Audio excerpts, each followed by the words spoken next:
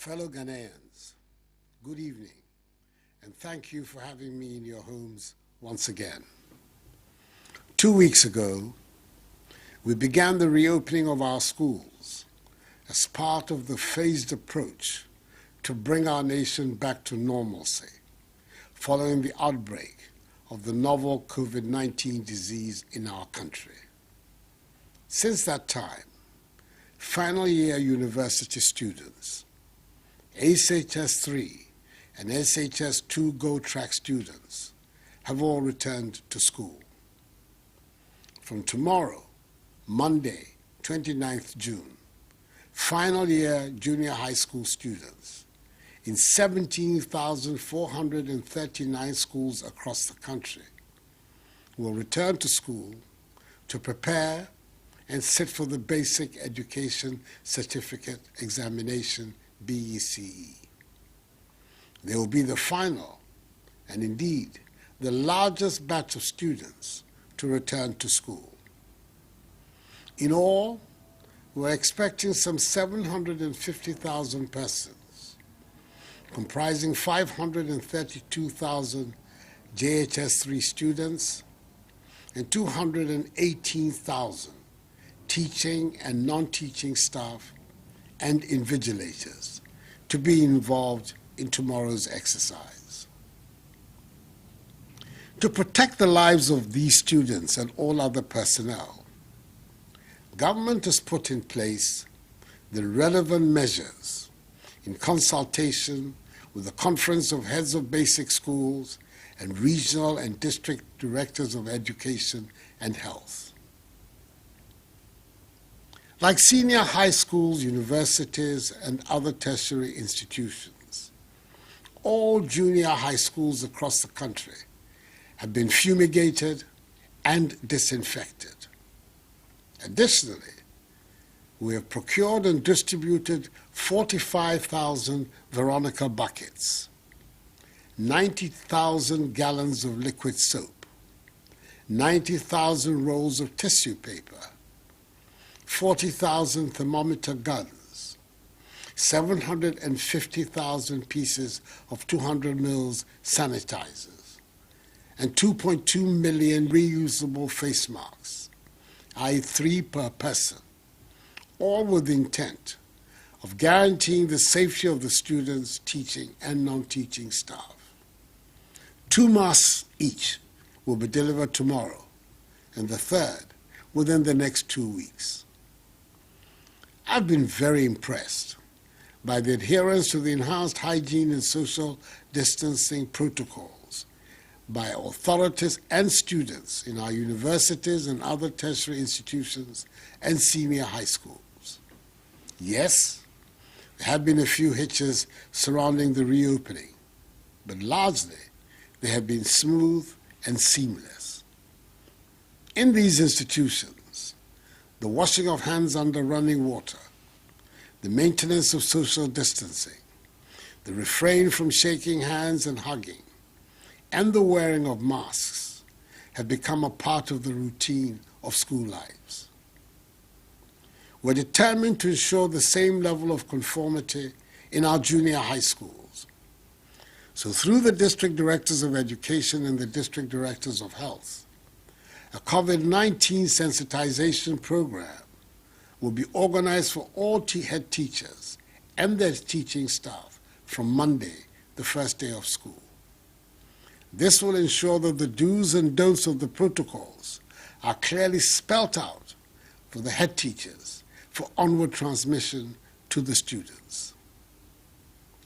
JHS 3 students will be in school for 11 weeks of preparation and revision before spending the following week to take the BECE. There will be no more than 30 students in a class, and there will be a reduced school day with students reporting to school at 9 a.m. and closing at 1 p.m. No breaks outside the classroom will be permitted. Assemblies and sporting events are banned, and the use by outsiders of school premises for religious and other activities will not be allowed. As is the case for the other educational institutions, each basic school has been mapped to a health facility, and care will be provided to the sick in these health facilities by nurses assigned to these schools. I assure all parents and guardians that government will not put the lives of 750,000 students, teachers, and non-teaching staff who will be returning to school from tomorrow at risk. We've made all the required provisions to protect them whilst in school. It bears repeating, however, that they must all adhere strictly to enhanced personal hygiene and social distancing protocols, regularly wash their hands with soap under running water, refrain from shaking hands and hugging, and wear masks to protect themselves and others.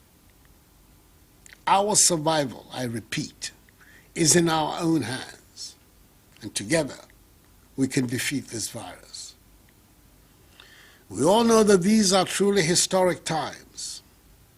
The world is reeling from the effects of this pandemic, and the things we took for granted some 6 months ago are now under question. The definite and undeniable had been replaced with uncertainty. However, as with any other form of hardship, there are always lessons to be learned, as there are opportunities for growth. What we have witnessed recently is that despite us living in an interconnected and globalized world, each nation ultimately stands alone in its challenge to protect its people. Nonetheless, it is obvious that international cooperation, where feasible and practical, can serve to complement the resolution of national challenges. In Ghana, from the very onset, government has acted to limit and stop the importation of the virus, contain its spread, provide adequate care for the sick, limit the impact of the virus on social and economic life, and inspire the expansion of our domestic capability and deepen our self-reliance. As of Saturday, 27th June, our country has recorded 17,351 confirmed cases, with 12,994 recoveries, representing some 75% of positives. This means that currently we have 4,245 active cases, having conducted 294,867 tests, one of the highest on the continent. 30 persons are severely and critically ill, and we have a total of 112 sad deaths, constituting 0.6% of positives, as we maintain one of the lowest death rates in the world. Fellow Ghanaians, as I have stated before, one of the key objects of our fight against COVID-19 has been to save lives and reduce the number of deaths. The Ghana Health Service has observed that most of the patients that have been lost to the virus died either on arrival at the hospital or within 48 hours after arrival. Unfortunately, we still have some persons in the country who are not taking the dangers associated with this disease seriously, and therefore do not seek medical help as soon as they have symptoms that suggest an infection of the virus. There should be no fear of stigmatization or embarrassment with being diagnosed with COVID-19. So please, when you begin to experience symptoms such as fever, persistent cough, bodily pains, loss of taste and smell, and difficulty in breathing, seek immediate medical attention at the nearest health facility. most patients who are critically ill and need intensive care do indeed survive the virus if they seek medical help promptly. For example, out of 53 patients admitted into intensive care units at the Ghana East Municipal Hospital and the University of Ghana Medical Center since the pandemic struck, 44, i.e. 83%, have fully recovered and have been discharged. This is in part due to the immense dedication and hard work being exhibited by our health workers, who continue to care for those affected by the virus and for the sick in general. In recognition of their efforts, I announced during my fifth address to the nation on Sunday, 5th April 2020, an incentive package to motivate and express appreciation to all health workers for the months of April, May, and June. I'm happy to announce that I have decided to extend the incentive package for health workers by another 3 months. This means that all health workers will pay no income taxes for the next 3 months, i.e. July, August, and September. Again, all frontline health workers, as defined by the Ministry of Health, will continue to receive the additional allowance of 50% of their basic salary per month, i.e. for July, August, and September. I know the implementation of this directive for the months of April, May, and June has been fraught with some challenges, caused mainly by the protracted discussions over the definition of who qualifies as frontline health workers in this context. I have, however, been assured that they have now been resolved and payments will be effective from the end of June. I should reiterate that the insurance package for health workers is still in place. Whilst we appreciate the efforts of our health workers, I continue to urge them to remain professional and compassionate. Every avoidable death, be it corona-related or not, is a tragedy. Let us all be reminded in our daily routines that adhering to the enhanced social distancing and hygiene protocols will not only save our lives, but also prevent our healthcare infrastructure from being overburdened. Let us wash our hands with soap under running water. Use alcohol-based sanitizers. Maintain the protocols on social distancing. Avoid person-to-person contact. Eat our local foods that boost our immune systems. And yes, wear masks at all times when we leave our homes. These are the weapons of our battle. We must keep up our guard at all times and see to it that sooner rather than later, COVID-19 becomes nothing but a blip on our forward march to sustained development, progress, and prosperity. I've been very encouraged by how our religious leaders have supported and embraced the fight against COVID-19, despite their concerns with some elements of the prescribed safety protocols and guidelines. I will continue to engage with them and all other stakeholders in our efforts to defeat the virus. Enuanom, efiri ọchịna ekọ, yɛma sukuufoɔ a ɛwɔ JHS3 bɛsan akɔ sukuu biom, akɔtwerɛ wɔn sɔhwɛ a ɛtwa toɔ. Te sɛ wɔn nuanom mpanyinfoɔ a ɛwɔ SHS3 ɛne university.